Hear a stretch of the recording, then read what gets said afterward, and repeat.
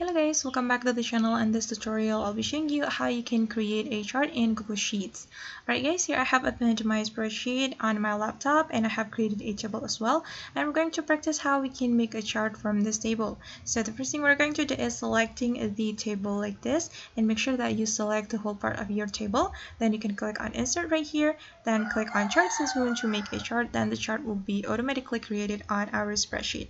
Okay, and we can start editing the chart guys. We can customize the chart as we like. We can edit the chart on this chart editor right here. And for example, if you want to change the chart type, you just need to click on chart type right here. Then you can select the type that you want to use. And for example, I'm just going to select the column chart. And we can customize it. We can click on customize option, and for example, if you want to change the fill color of this column, you can click on the column like this. And I'm going to change the income column. I'm going to put this purple color for my fill color on the income, and for the outcome I'm going to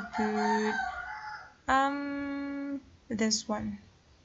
Okay, and if you want to change the chart title, you can click on the chart title. Then you can edit your title right here. I'm going to put financial report.